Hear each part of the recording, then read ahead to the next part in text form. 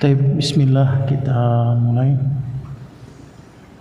Assalamualaikum warahmatullahi wabarakatuh.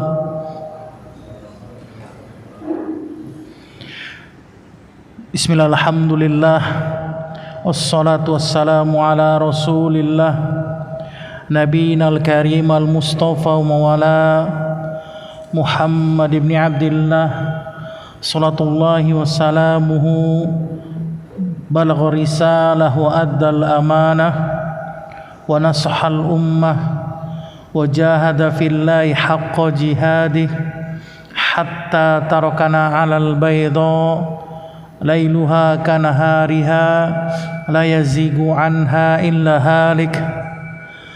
Salatullahi wassalamuhu wa ala alihi wa sahbihi wa man tabi'ahum bi ihsanin wa jihadin wa ittiba'in ila yaumiddin.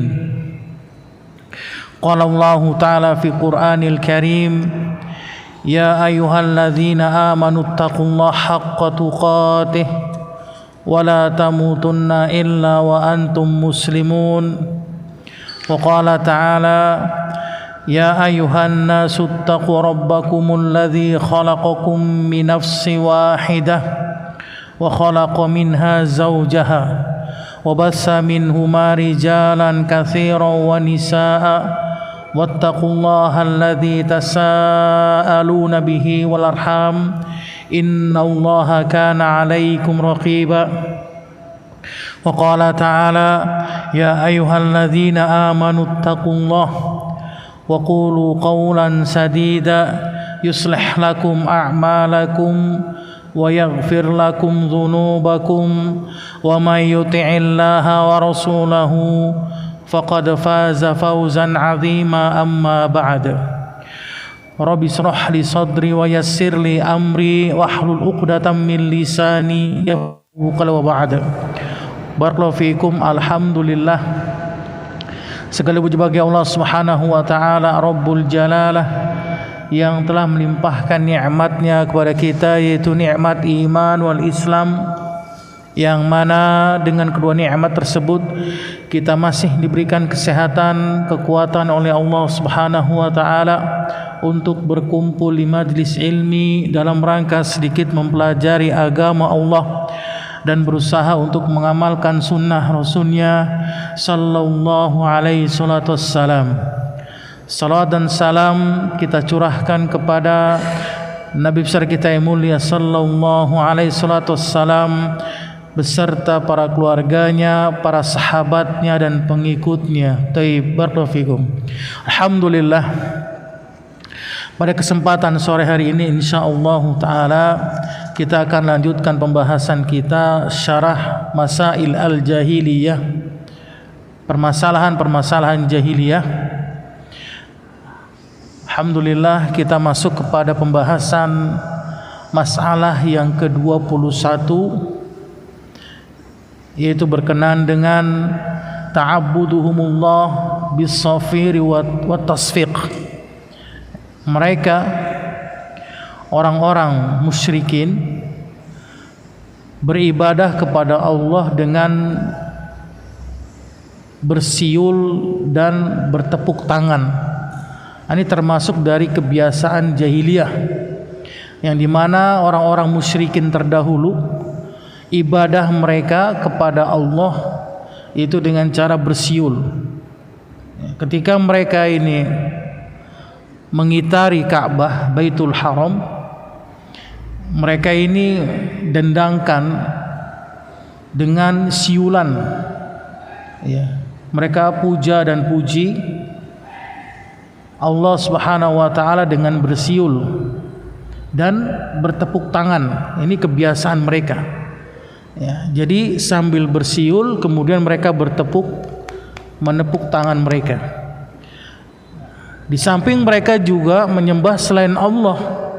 Ini orang-orang jahiliyah, orang-orang musyrikin, karena mereka tidak cukup menyembah Allah yang esa. Jadi mereka ini menyembah Allah dan menyembah selain Allah. Ini kebiasaan orang-orang jahiliyah. Dan hal inilah yang ada dari sebagian kalangan saudara kita kaum muslimin yang menjadikan kebiasaan bagi mereka dalam beribadah kepada Allah. Dalam beribadah kepada Allah Subhanahu wa taala. Maka Syekh hafizallahu taala beliau menjelaskan termasuk dari permasalahan-permasalahan jahiliyah yang dipertentangkan oleh Rasulullah di dalamnya adalah kebiasaan orang-orang musyrikin di dalam beribadah, mendekatkan diri mereka kepada Allah, yaitu dengan dua cara.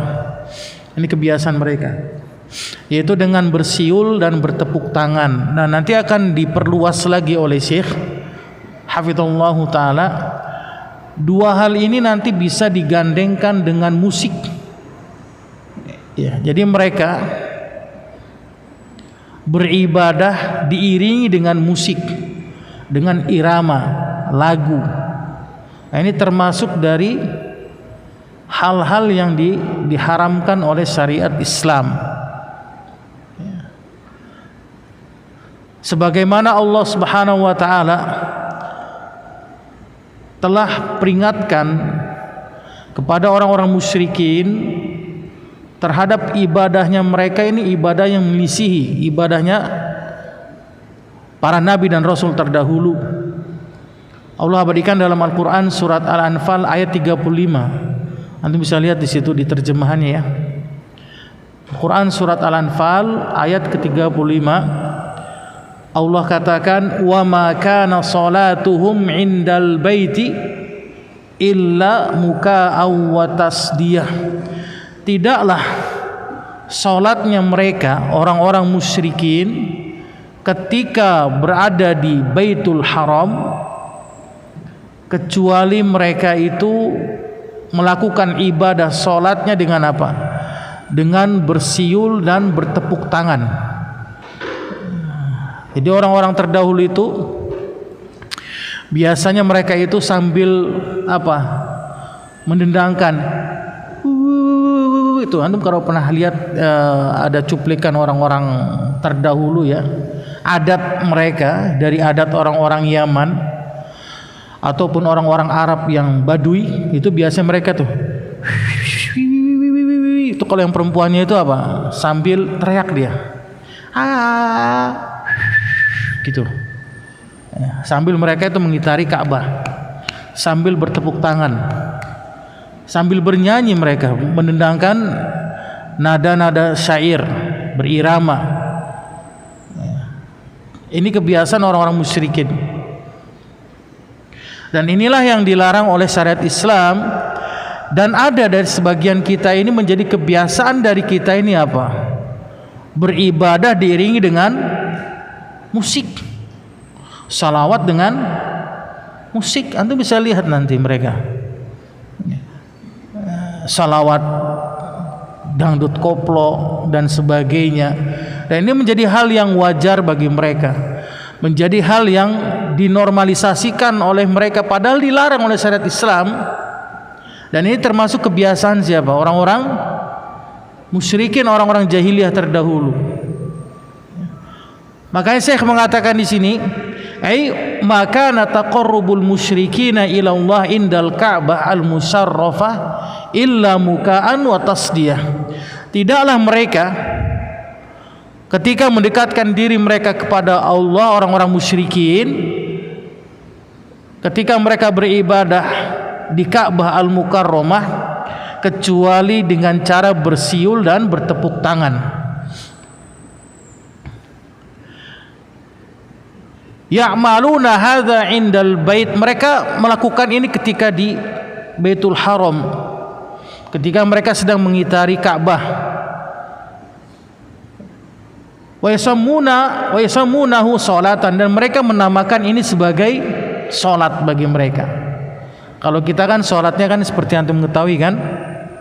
Ya, ada takbiratul ihram, kemudian ruku, sujud, kemudian duduk di antara sujud, kemudian salam ini termasuk dari rangkaian sholat. Kalau mereka ini menamakan sholatnya mereka itu seperti itu, ibadah mereka seperti itu, dan mereka menyangka ini adalah perbuatan baik menurut mereka, dan ini adalah ajaran dari nenek moyang mereka. Taib. Wa dzalika mimma zayyanahu lahum syayatinul insi wal jin. Maka syaitan menghiasi ritual ibadah mereka dari kalangan jin dan manusia. Jadi syaitan itu adalah sifat yang sudah kita pahami di sini ya. Jadi syaitan ini adalah sifat yang dia masuk kepada jin dan manusia. Syaitan itu bukan makhluk, sekali lagi. Syaitan adalah sifat.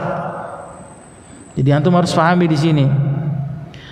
Syaitan sifat yang dia bisa masuk ke dalam jin dan manusia. Kalau iblis baru makhluk dia.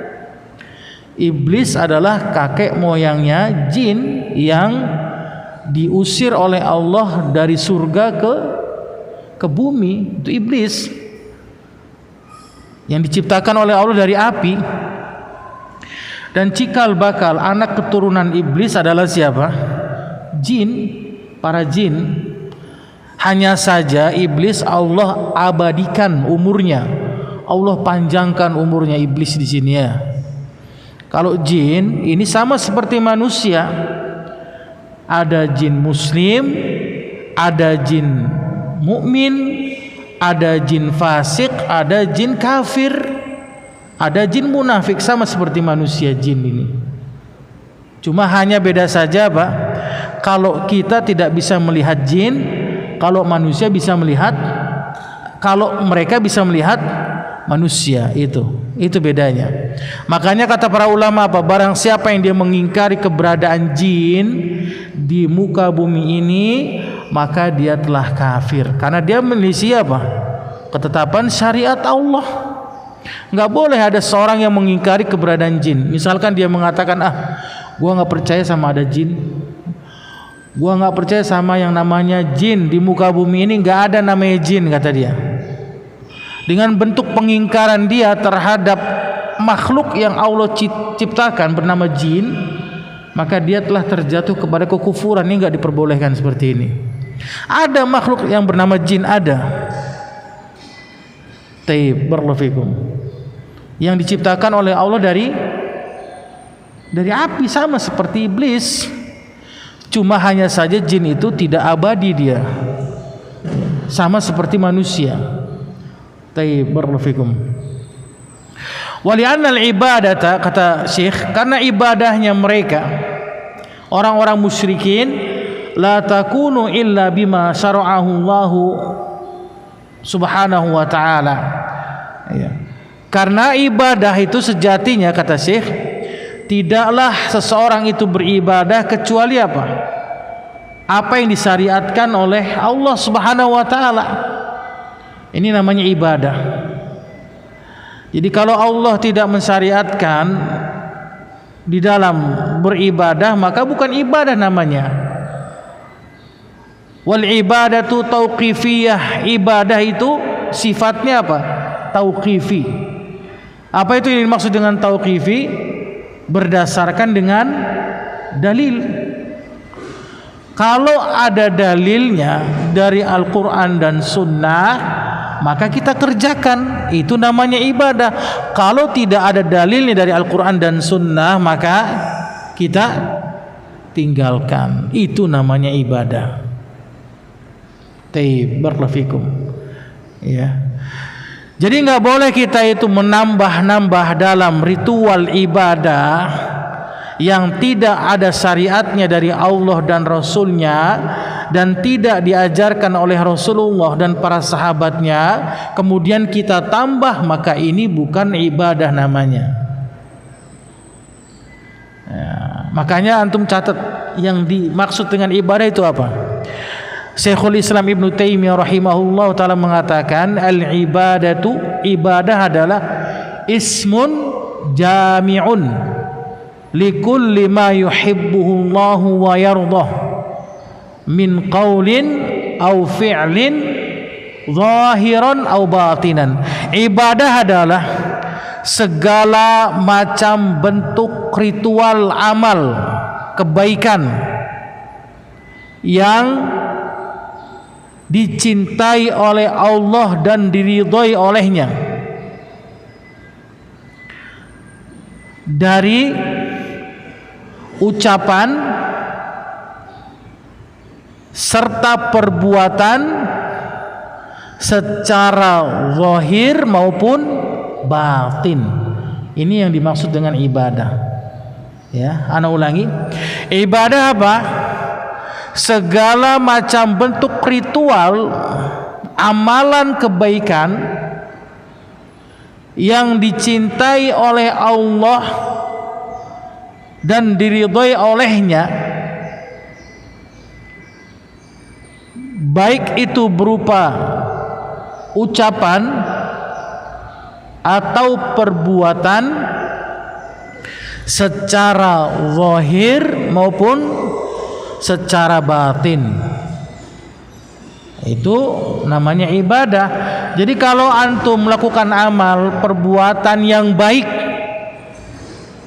yang Allah tidak cinta dan Allah tidak ridho atasnya, walaupun manusia itu menganggapnya baik, maka itu bukan dikatakan sebagai ibadah menurut Allah, bukan. Contohnya apa? Contohnya antum misalnya umroh nih, antum umroh, Allah takdirkan antum berangkat umroh bulan depan misalnya. Kemudian antum melakukan ritual tawaf di Ka'bah. Berapa kali? 7 kali kan? Antum tambahkan ritual tawaf antum dengan tepuk tangan. Ya. Antum putar, setiap satu putaran antum tepuk tangan. Subhanallah, subhanallah, subhanallah, subhanallah, subhanallah. Misalnya, ya. Labbaik Allahumma labbaik, labbaik la syarika lak, labbaik, misalkan antum, ya. Antum dengan bertepuk tangan, tapi antum sambil berzikir, diiringi dengan zikir. Itu kira-kira diterima enggak oleh Allah? Kira-kira menurut antum? Itu kan baik, Ustaz. Kenapa emang salah, Ustaz? Emangnya ada larangan? Ya, emangnya Rasul melarang seseorang itu ketika mutar sedang tawaf di Ka'bah nggak boleh? Emangnya nggak boleh bertepuk tangan, Ustaz? Bagaimana antum cara menjawabnya ini? Bagaimana? Dia bilang kan nggak apa-apa tepuk tangan doang, tapi saya sambil zikir. Ya, Rabbana atina fid dunya hasanah wa fil akhirati hasanah wa qina adzabannar, sambil dia berzikir subhanallah, alhamdulillah, wala ilaha illallah, Allahu akbar, terus sambil tepuk tangan Nabi dia. Sambil muter Ka'bah tawaf 7 keliling. Bagus enggak kira-kira menurut antum? Bagus enggak? Kenapa antum bisa bilang enggak bagus itu? Emangnya Rasul melarang? Nah, kalau ditanya emangnya Rasul melarang? Ada dalilnya Rasul melarang? Ada enggak? Dalilnya Rasul melarang ada enggak? Makanya antum harus paham di sini kaidah. Kaidah dalam beribadah yang antum cari bukan dalil larangan. Bukan, tapi dalil yang membolehkannya. Itu kaidah dalam ibadah, bukan larangan. Ya, karena ibadah sifatnya apa tadi? Tauqifiyah, berdasarkan dengan dalil.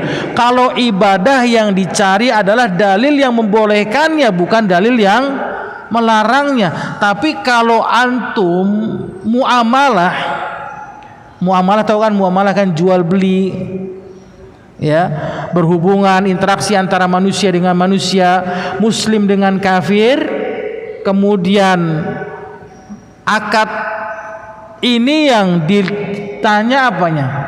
Bolehnya atau larangannya kalau muamalah? Kalau muamalah yang ditanya apanya? Dalil tentang pengharamannya. Itu kalau muamalah. Antum paham di sini? Paham ya?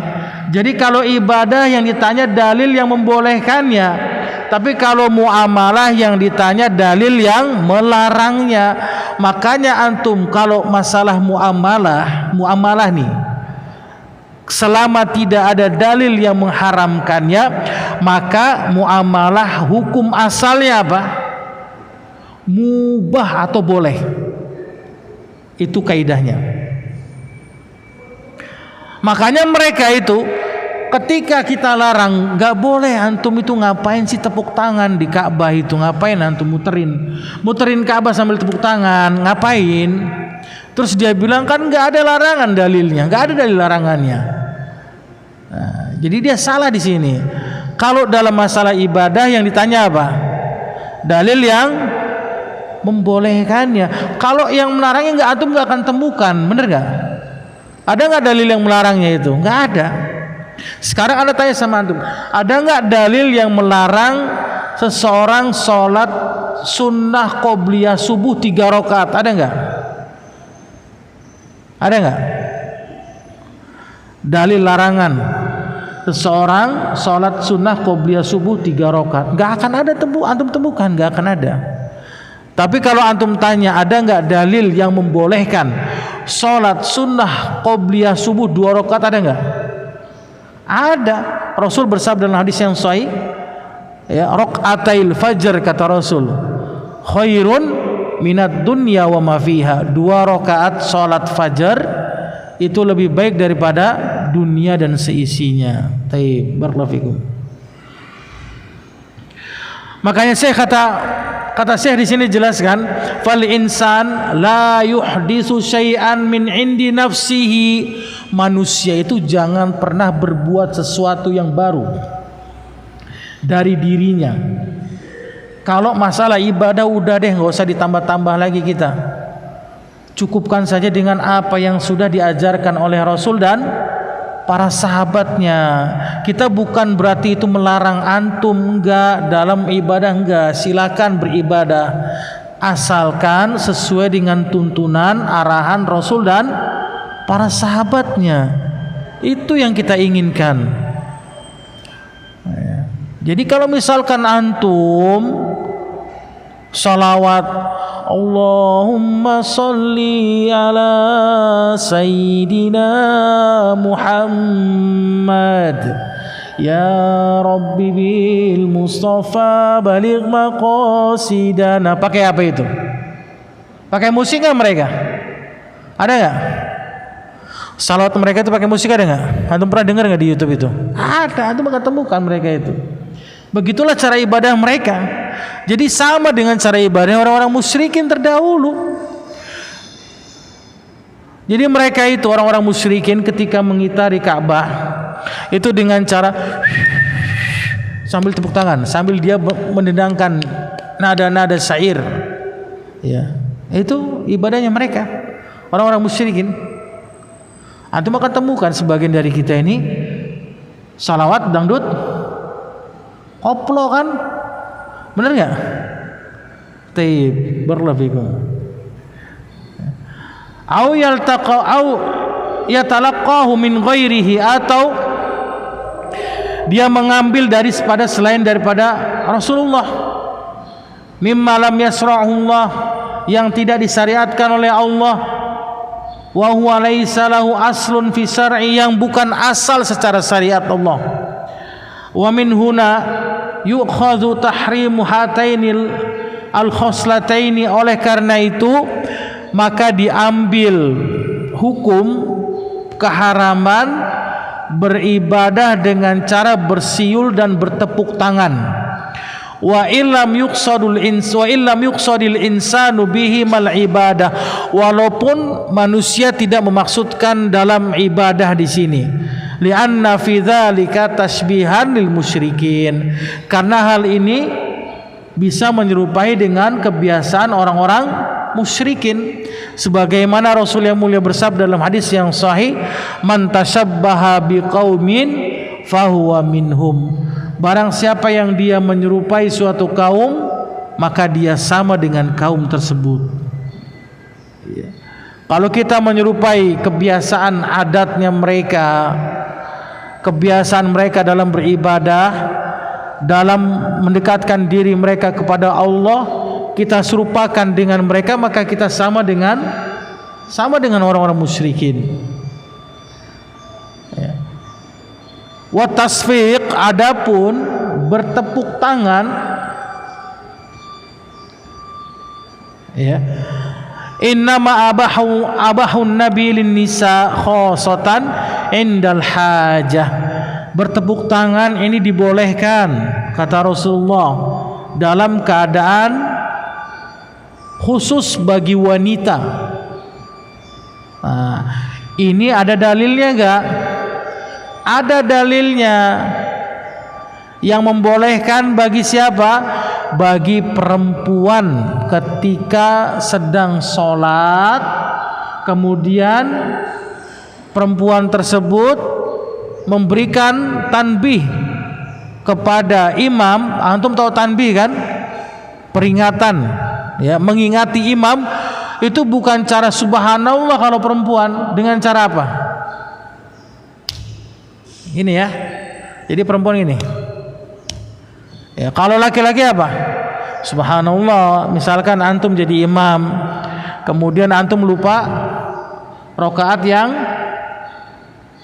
keempat misalnya, antum langsung duduk tahiyat akhir, padahal antum sholat 4 rakaat harusnya, kemudian antum lupa baru 3 rakaat. Kalau laki-laki bagaimana cara mengingatnya? Subhanallah. Kalau perempuan, masa iya subhanallah? Kan nggak mungkin, ya kan? Karena suaranya perempuan adalah aurat, maka dengan cara nah gini, ya. Pertanyaan ana buat antum. Makmum sudah mengingatkan subhanallah, subhanallah, subhanallah. Oh, ramai di belakang tuh. Subhanallah, ramai. Yang perempuan juga sama, udah begini-gini. Terus imamnya enggak, tetap aja dia duduk tahiyat akhir. Terus antum sebagai makmum, apakah antum berdiri melanjutkan rakaat 4 menyempurnakan atau ikut imam? Hah? Ada yang bisa jawab nggak? Coba. Antum sebagai makmum nih, ana sebagai imam, sholat isya di sini misalnya berjamaah 4 rakaat. Rakaat yang ketiga ana langsung duduk tahiyat akhir, ana lupa 1 rakaat nih. Antum udah teriak subhanallah, subhanallah, subhanallah. Ana nggak tahu, ana kira apa nih, ngapain nih orang-orang dia. Subhanallah, subhanallah, baik kata ana kan gitu kan. Ya. Terus bagaimana? Antum sebagai seorang makmum, apakah antum berdiri melanjutkan 1 rakaat menyempurnakan atau ikut ana? Kan masa sholat isya 3 rakaat kan nggak mungkin dong. Sholatnya nggak sah dong kalau isya 3 rakaat. Bagaimana? Ada yang bisa jawab nggak?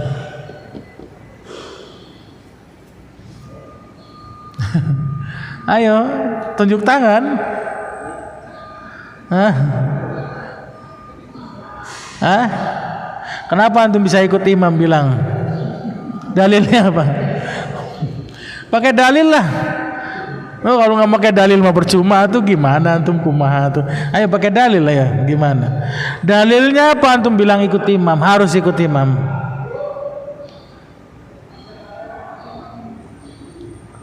Ah?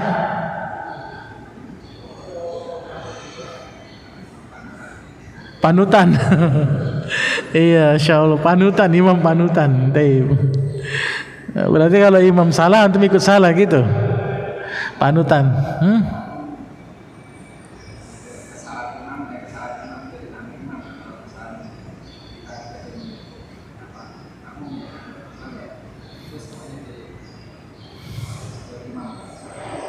Taib.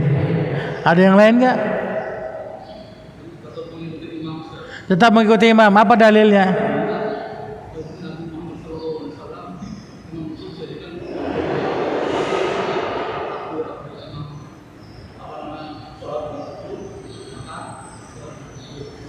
Masya Allah, Syekhul Islam.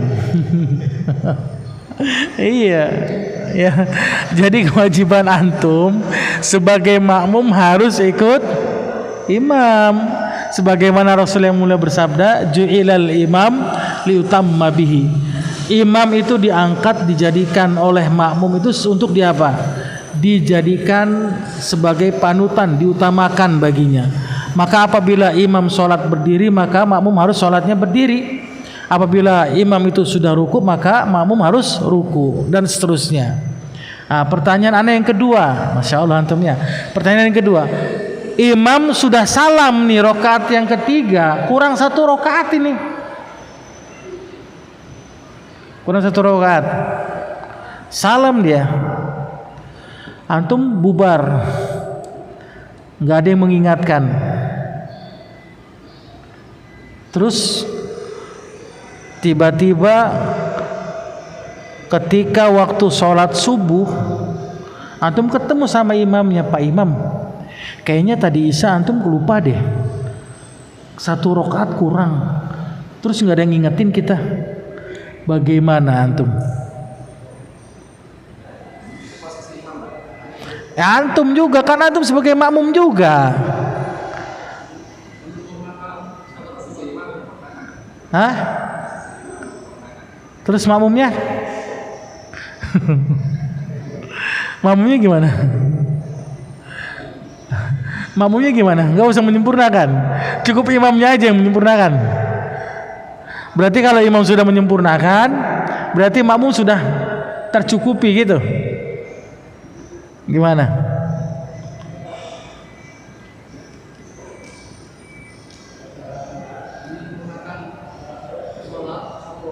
Ya.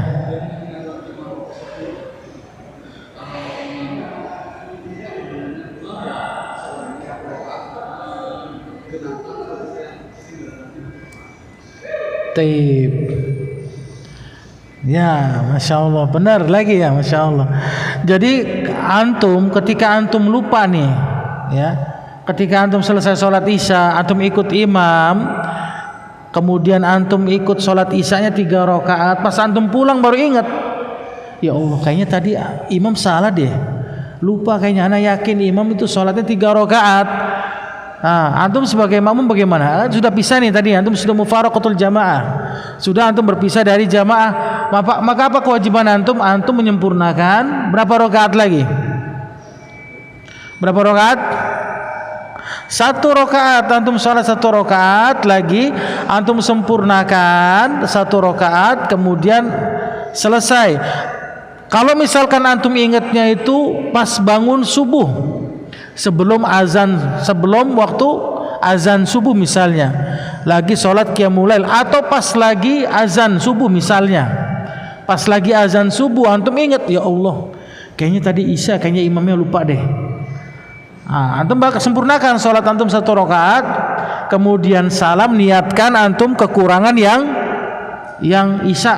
Nah, kemudian setelah sholat subuh antum baru datangi ke imam dan antum baru bicarakan kepada imam tentang kekurangan sholat yang kemarin bersama dengan imam, dan imam nanti mengumumkan kepada siapa? Kepada jamaah makmumnya setelah sholat subuh, seperti itu ya. Maka disempurnakan 1 rakaat lagi. Paham di sini? Karena kalau tidak sempurna sholatnya, maka sholatnya tidak sah, ya. Jadi sholatnya nggak sah, sama aja dia nggak sholat isya berarti kan? Seperti itu. Taib, barakallahu fikum. Sampai sini paham? Taib ya. Maka perempuan di sini tugasnya ketika mengingatkan imam yang salah atau ketika imam yang lupa dalam sholat itu dengan apa? Dengan menepukan punggung. Ingat, punggung tangannya, bukan gini ya, tapi punggung tangannya ditepukan begini. Taib ya. Karena suara itu apa kata Syekh? Suara merupakan fitrah atau fitnah bagi wanita. Taib. La yajuzu lirrajul an yatashabbah bil kufar wala bil mar'a fit tasfiq. Tidak boleh bagi laki-laki, kata Syekh, menyerupai orang-orang kafir, dan tidak boleh menyerupai perempuan ketika dalam kondisi bertepuk tangan. Amma idza kana tasfiq la yajuzu lirrajul indal hajah min tanbihil imam idza saha fi shalah wa innama yunabbihuhu bitasbih. Kalau laki-laki itu enggak boleh dengan bertepuk tangan untuk mengingatkan imam, maka dengan apa? Dengan mengucapkan tasbih subhanallah. Taib, ya. Pertanyaan ana lagi yang kedua nih. Kan antum pernah ngelihat nggak ada fenomena yang terjadi di YouTube? Antum pernah kan ngeliat kan ya? Ada laki-laki itu yang istrinya 4 ya, pakai cadar semua, kemudian dia pakai ada apa, tepuk poligami. Pernah ngeliat nggak antum? Belum ya? Kayaknya antum mainnya kurang jauh ini ya.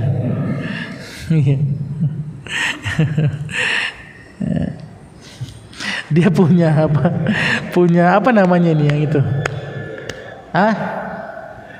Iya, yel-yel ya, itu bahasa yel-yel ya. Dia punya yel-yel sama istrinya itu, dan itu di-share di grup, di-share di sosmed itu. Istri 4 istrinya, beneran nggak bohong. Dengan bangganya dia mengeluarkan yel-yel dia. Anda nggak tahu tuh, lupa nah yel-yel itu ya. Pokoknya tepuk tangan dia begini-gini. Ya apalah pokoknya itu. Nah, kalau yang seperti itu bagaimana menurut antum? Dalam syariat Islam, dalam tinjauan pandangan syariat Islam, boleh nggak?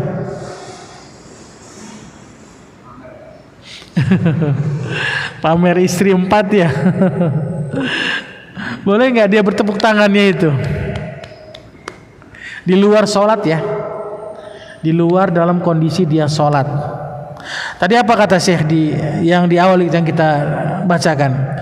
Walaupun seseorang tidak memaksudkan dirinya bukan dalam masalah ibadah, maka tidak diperbolehkan. Pertanyaan ana, boleh nggak yang dilakukan oleh dia? Ini dicontoh oleh banyak orang loh. Boleh nggak? Kira-kira nanti antum buka dah di YouTube dah. Dia munculnya di Facebook itu. Ramenya di Facebook tuh udah lama, itu udah 2 bulan yang lalu. Jadi dia apa ya? Ada yel-yel dia khusus buat para istrinya. Istrinya ada 4 itu, masya Allah ya. Ada 4 istrinya. Nah, dengan cara bertepuk tangan. Nah, itu seperti itu. Baik.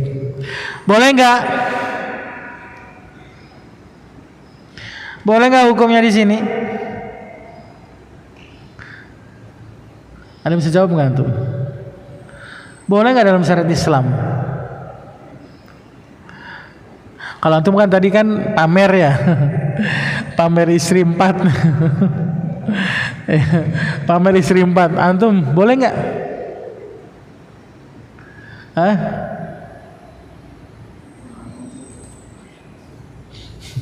Boleh nggak? Nggak boleh. Kenapa nggak boleh? Bukan keadaan yang harus diperlukan. Masya Allah, masya Allah. Yang lain, boleh nggak?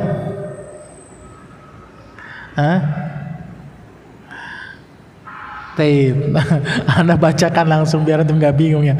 Kalau menurut mazhab Syafi'i ya, menurut mazhab Syafi'i ini diperbolehkan di luar sholat ya. Apa kata Al-Imam Ar-Romli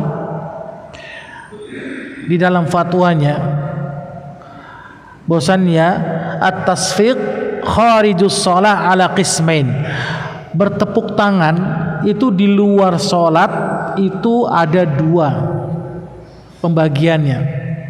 Yang pertama, mula'abatun nisa li atfalihinna wa tahsinin nasyid wa nahwi dzalika fa hadza jaizun.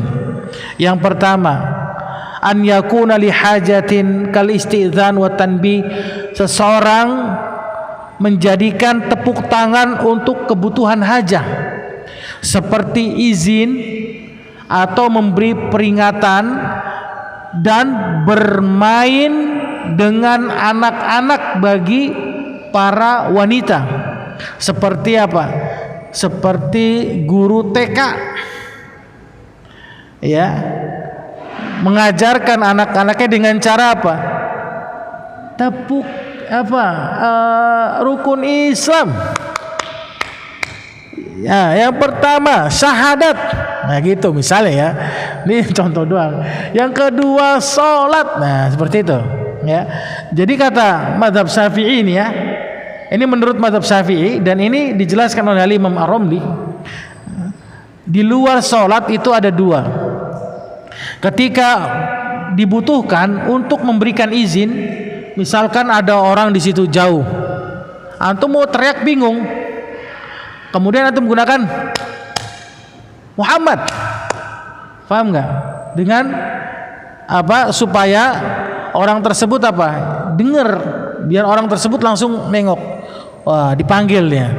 Atau misalkan bentuk pengajaran seorang perempuan kepada anak-anak kecil untuk apa? Untuk nasyid, ya, untuk mengiringi nasyid.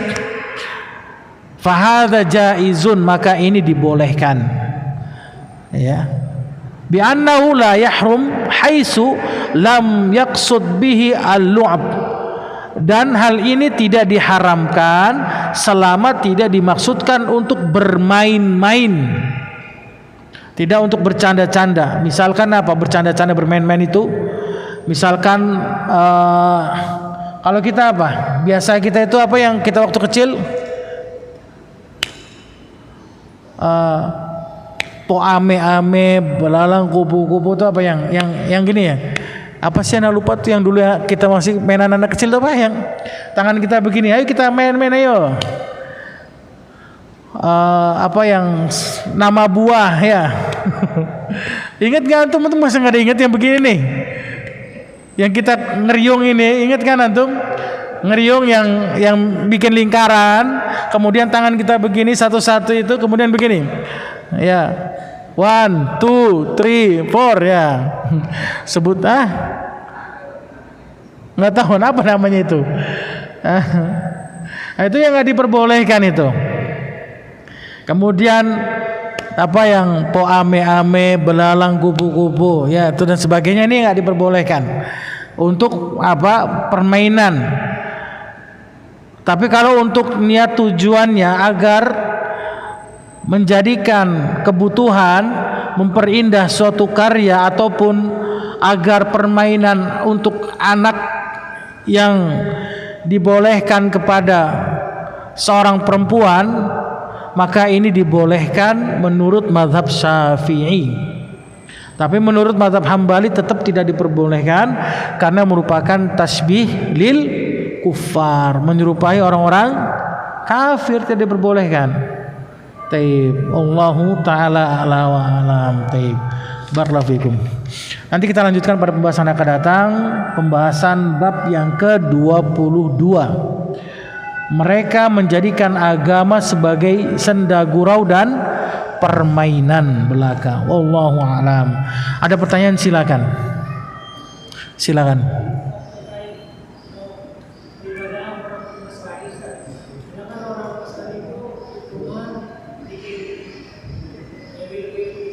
Ya.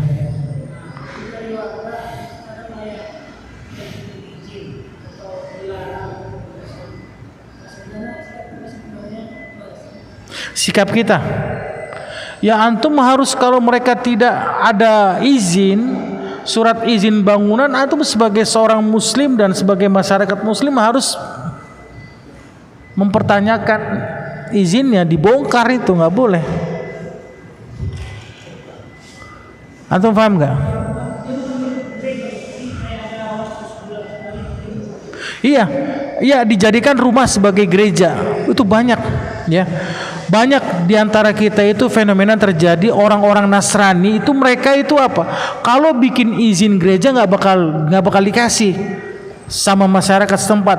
Makanya mereka membuat hilah, mereka jadikan ibadah mereka apa? Seminggu sekali rumah dijadikan tempat ibadah atau sebulan sekali.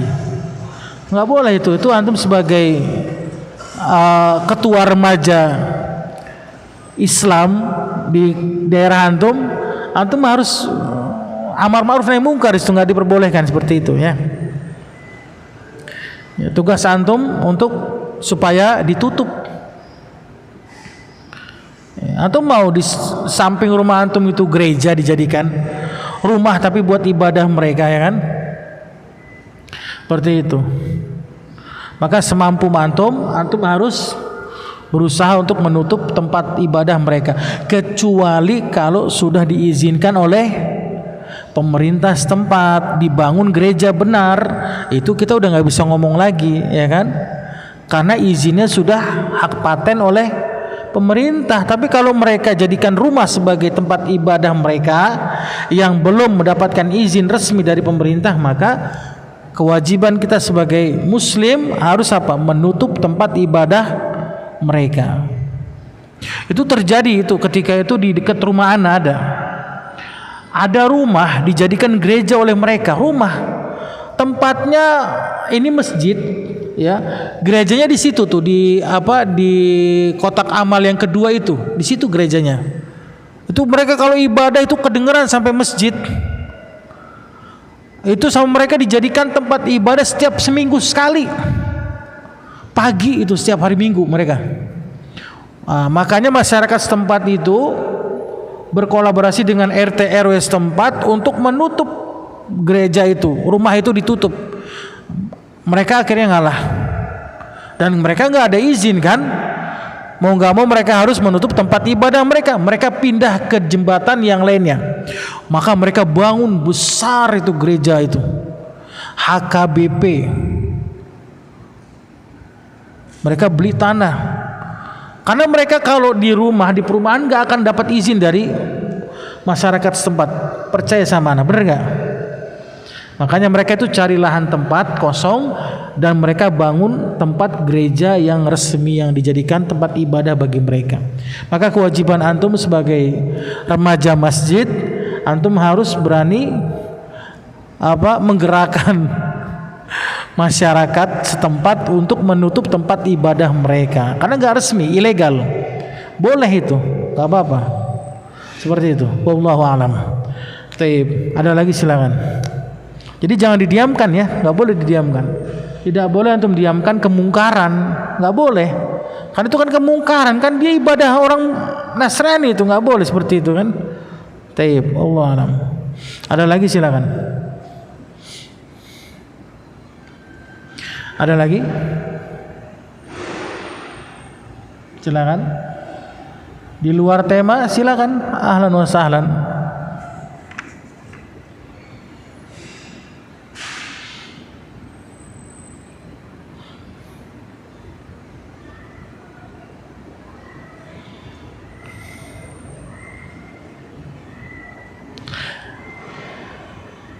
Jam berapa azan?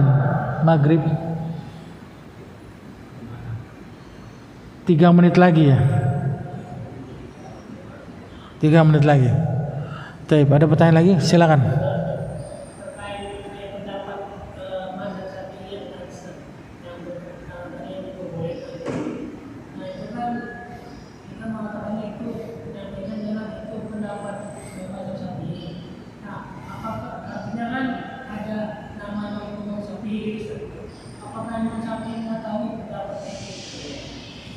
Taib. Apakah Imam Syafi'i mengetahui pendapat itu, Ustaz? Ya, ini menurut pendapat mazhab Syafi'iyah, bukan pendapat Imam Syafi'i. Ya. Menurut pendapat mazhab Syafi'iyah. Ya.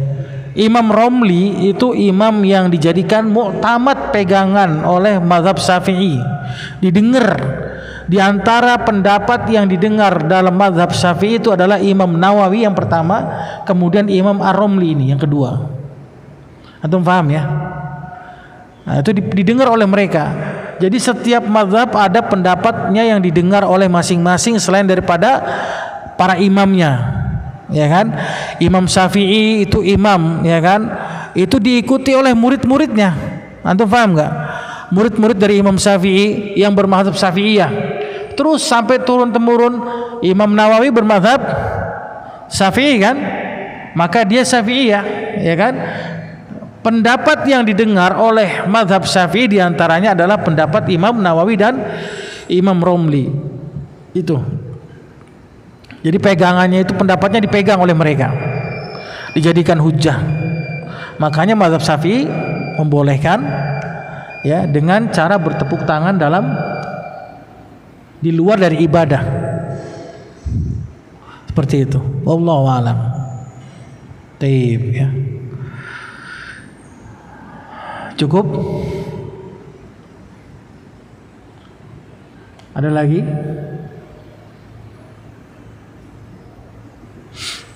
Tidak ada? Oke, ya.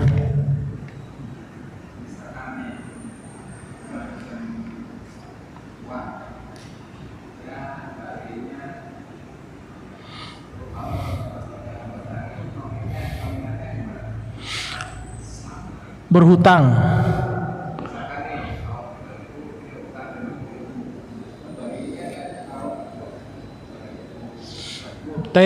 Misalkan dia berhutang, antum berhutang sama sebelah teman antum di sebelahnya, berhutang uang 3 juta di tahun 2010. Pertama kali antum masuk Denso misalnya, antum utang 3 juta buat apa? Buat kontrakan rumah sama buat uang makan, ya, buat pegangan sebulan. Itu nggak dibayar-bayar sama antum. Sekarang sudah 2000 berapa? 25. Berapa tahun antum nggak bayar utang misalnya? 15 tahun antum nggak bayar, ditagih sama teman antum. Mana utang ente nih, udah 15 tahun nggak bayar lagi. Antum kan udah enak nih, masa nggak bisa? Ya udah deh, ribet amat utang segitu aja, dibayar 3 juta antum. Loh kok 3 juta? Enak aja itu 3 juta. Sekarang duit segini mah, duit dulu sama sekarang mah ini nggak ada apa-apa, ini 3 juta nih, bukannya anda mau minta lebih. Nggak boleh antum masih nih, lebih enak aja ente. Lihat dong nominal apa? Dolar. Ya, 3 juta dulu sama sekarang beda. Boleh nggak? Tidak boleh. Maka antum dulu hutang 3 juta, wajib bayarnya harus 3 juta. Yang rugi siapa? Yang rugi yang diutangin, ya kan? Makanya kalau antum mau nggak rugi, bagaimana cara solusinya Ustadz? Antum utangin emas. Paham nggak? Antum utangin emas, bukan harga emas. Ane utang dong sama ente ini 5 juta, tunggu sebentar. Ane beli emas dulu ya, yang seharga 5 juta lebih. Nih 5 juta berapa gram sekarang? 3 gram kan ya? Bener gak? Berapa? 3 gram kan? Ini terserah ente nanti mau bayar harus berapa gram? 3 gram bayar ke ane. Aduh, mabuk antum ya. Ya kan? Seperti itu. Makanya biar antum gak rugi. Kalau antum utang uang dibayarin 15 tahun ke depan, antum yang rugi. Tapi kalau antum ngutangin emas, maka antum gak akan rugi. Taib ya. Allahu a'lam. Barakallahu fikum ya. Kalau antum minta tambah berarti apa? Namanya riba. Gak boleh ya. Allahu a'lam. Taib. Silakan azan. Fadhal. Taib, kita tutup dengan kafaratul majlis. Subhanakallahumma bihamdik, asyhadu an la ilaha illa anta, astaghfiruka wa atubu ilaik. Assalamualaikum warahmatullahi wabarakatuh.